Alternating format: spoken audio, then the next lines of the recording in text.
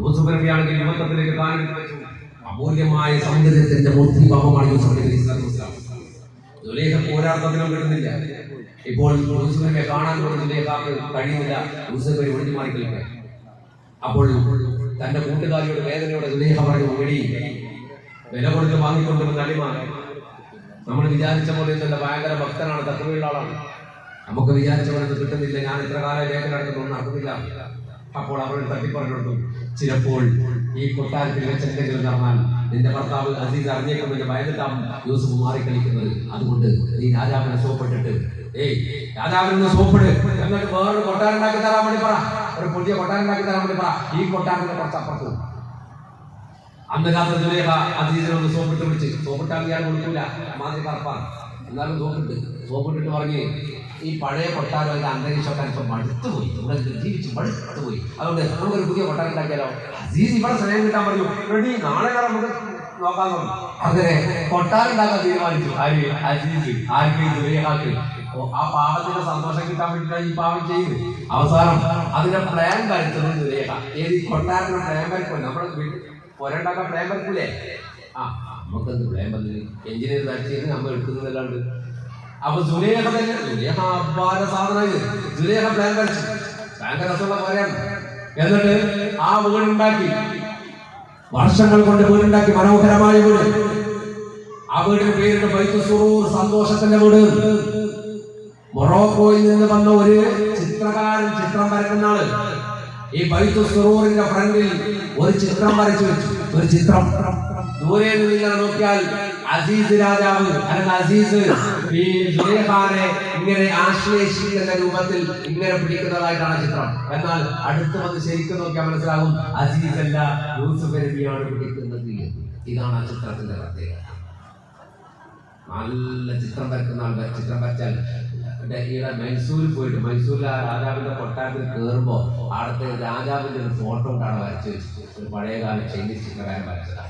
ആ ചിത്രത്തിലേക്ക് നമ്മളിങ്ങനെ നോക്കുമ്പോൾ ആ രാജാവ് നമ്മളിങ്ങനെ നോക്കുന്നവരുണ്ട്. അത് ഏത് ഫോട്ടോ അങ്ങനെ തന്നെ ഉണ്ടാകുക. പക്ഷെ അതല്ല രസം, അയാൾ ഇട്ടിരിക്കുന്ന ഒരു ഷൂ ഉണ്ട് ഇങ്ങനെ വളഞ്ഞ്, അങ്ങനെ പോയാൽ പോകുന്നു നോക്കോ, ആ ഷൂ വരെ നമ്മളെ നേരെ തിന്നിട്ടുണ്ടാവും. ഇങ്ങനെ നമ്മളിങ്ങോട്ട് നോക്കും. ഓൺ ദി സ്പോട്ടിൽ ഇപ്പുറത്ത് നോക്കിയാൽ ഇങ്ങോട്ടുണ്ടാവും, ഇപ്പുറത്തെ ഒരാളും അപ്പുറത്തെ ഒരാളും നോക്കിയാൽ ഇങ്ങോട്ടും ഉണ്ടാവും, അങ്ങോട്ടും ഉണ്ടാവും. അങ്ങനെ ചിത്രം ഉണ്ടാവും. ഫ്രണ്ടിൽ ആ കൊട്ടാരത്തിൽ കയറിക്കൊണ്ടു രാജാവിന്റെ ചിത്രം. അപ്പോൾ ഇവിടെ മനോഹരമായി ചിത്രം വരച്ചു വെച്ച് മൊറോക്കയിൽ നിന്ന് ശിക്ഷി. ഇതിന്റെ ഉദ്ഘാടന ദിവസം നാട് മുഴുവൻ അറിയിച്ചു, ജനങ്ങൾ മുഴുവൻ ഉദ്ഘാടനത്തിന് കയറി. ഭയങ്കര അടിപൊളി ഉദ്ഘാടന പരിപാടി. ഒരാൾ മാത്രം ഉദ്ഘാടനത്തിൽ പങ്കെടുത്തില്ല. മഹാന യൂസുഫ് നബി ഉദ്ഘാടനത്തിന് പങ്കെടുത്തില്ല. യൂസുഫ് നബി പഴയ കൊട്ടാരത്തിൽ തന്നെ ഇരുന്നു. പക്ഷെ സുലൈഖാക്ക് പാടുന്നത് യൂസുഫിനെ മാത്രം, വേറെ ഒരു മാഹിലൂക്ക് വന്നിട്ടില്ല, തെറ്റിയ ഭർത്താവ് വന്നിട്ട് തർക്കമില്ല. യൂസുഫ് നബി കയറും, അതാണ് സുലൈഖാന്റെ ഇഷ്ടം. പക്ഷെ സുലൈഖിന്റെ ഇഷ്ടം പോലെ യൂസുഫ് നബി വന്നില്ല, ബാക്കി എല്ലാവരും പോയി. ഉദ്ഘാടനം കഴിഞ്ഞു, റാഗത്തായി ഭക്ഷണം കഴിച്ച് എല്ലാവരും പിരിഞ്ഞു പോവാൻ. സുലൈഖ എല്ലാവരും അസീസിനെ അഭിനന്ദിച്ചു. അടിപൊളി പോരാട്ടോ, നല്ല കൊട്ടാര, എന്താ ഭംഗി, അങ്ങനെ നിങ്ങൾ അങ്ങനെയൊക്കെ പറഞ്ഞപ്പോ അസീസ് പറഞ്ഞു, എന്റെ എല്ലാം അഭിനന്ദിക്കേണ്ടത് എന്റെ ഭാര്യ സുലൈഖയാണ്, ഇതിന്റെ പ്ലാനൊക്കെ വരച്ചത് അവളാണ് ഇതിന്റെ ആളുകൾ. ആ കൊട്ടാരത്തിലുള്ള പേരെന്താ, ഫ്രണ്ടിൽ നിന്ന് ഒരു മുറിയിലേക്ക് ഇങ്ങോട്ട് കയറാം. ആ മുറിയിലേക്ക് കയറിയാൽ അവിടെ ഒരു ഡോറുണ്ട് ഇങ്ങോട്ട് അടുത്ത മുറിയിലേക്ക്. ആ മുറിയിൽ നിന്നൊരു ഡോർ അപ്പുറത്തേക്ക്, അപ്പുറത്തെ മുറിയിലേക്ക്. 7 മുറികളുള്ള ഒരു വീട്. 7 മുറികളിലേക്കും വളഞ്ഞും തിരിഞ്ഞും വാതിലുകളുണ്ട്. നമ്മളെ പള്ളിയിൽ കയറുമ്പോൾ നേരത്തെ പോകല്ല, എങ്ങനെയും പോകാം. അങ്ങനെ ഒരു പ്രത്യേക മുറി, അതിന്റെ പേരാണ് ബൈത്തുൽ സുറൂർ. എല്ലാവരും ഇങ്ങനെ പിരിഞ്ഞു പോയപ്പോൾ അസീസ് ഭാര്യയോട് പറഞ്ഞു, എടി ഞാൻ കുറച്ച് കഴിഞ്ഞ് വരാം, പഴയ കൊട്ടാരത്തിൽ കുറച്ച് പണിയുണ്ട്, മന്ത്രിമാരൊക്കെ കാണാനുണ്ടെന്ന്.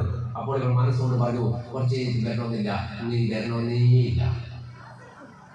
അസീസ് പോയി. ഈ കൂട്ടുകാരിയോട് സുലൈഖ പറഞ്ഞു, യൂസുഫ് മാത്രം ഉദ്ഘാടനത്തിന് വന്നിട്ടില്ല. അലൈഹിസ്സലാത്തു വസ്സലാം ഒരു കാര്യം ചെയ്യും, യൂസുഫിനെ വിളിച്ചു കൊണ്ടുപോകാം, എന്തെങ്കിലും പറഞ്ഞു കേട്ടുകൊണ്ടാ, എന്നിട്ട് കൂട്ടി ഇങ്ങോട്ട് വരും, കുറച്ച് എടുത്തുമ്പോൾ നീ പറയാ, എന്ന ആവശ്യം ഞാൻ തിരിച്ചു പോകാം. യൂസുഫിനെ മാത്രം ഇങ്ങോട്ട് പറഞ്ഞേക്കുന്നു. ജമീല പോയി. യൂസുഫിനെ പഴയ കൊട്ടാരത്തിൽ ദിക്റിയില്ല. അപ്പൊ അടുത്ത് വന്നിട്ട് പറഞ്ഞു, അല്ല യൂസുഫേ, ബൈത്തുൽ സുറൂറിന്റെ ഉദ്ഘാടനത്തിൽ എല്ലാവരും പങ്കെടുക്കണം, എന്തേ യൂസുഫ് പങ്കെടുക്കാതിരുന്നത്? അപ്പൊ യൂസുഫിനോട് പറഞ്ഞു, അത് നിങ്ങൾക്കല്ലേ ബൈത്തുൽ സുറൂർ, എനിക്കത് ബൈത്തുൽ സുറൂറാണ്.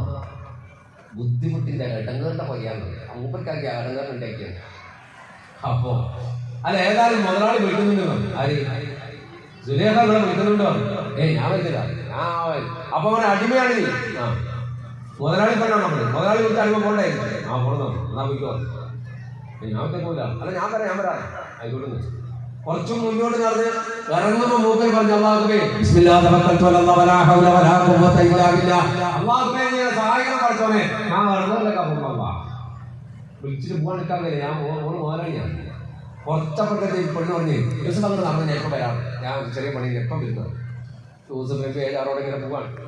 പോകുമ്പോൾ ചരിത്രത്തിൽ കാണാം, ഈ 7 മുറികളുടെ ബൈത്ത് സുറൂറിന്റെ 1ാമത്തെ മുറിയുടെ മെയിൻ ഡോറിന്റെ മുന്നിൽ ഇളം ചുവന്ന കളറുള്ള ശരീരത്തിന്റെ മേനിയുടെ അഴക് കാണുന്ന ഒരു നേരിയ വസ്ത്രം ധരിച്ച് സുലേഖ നിൽക്കും.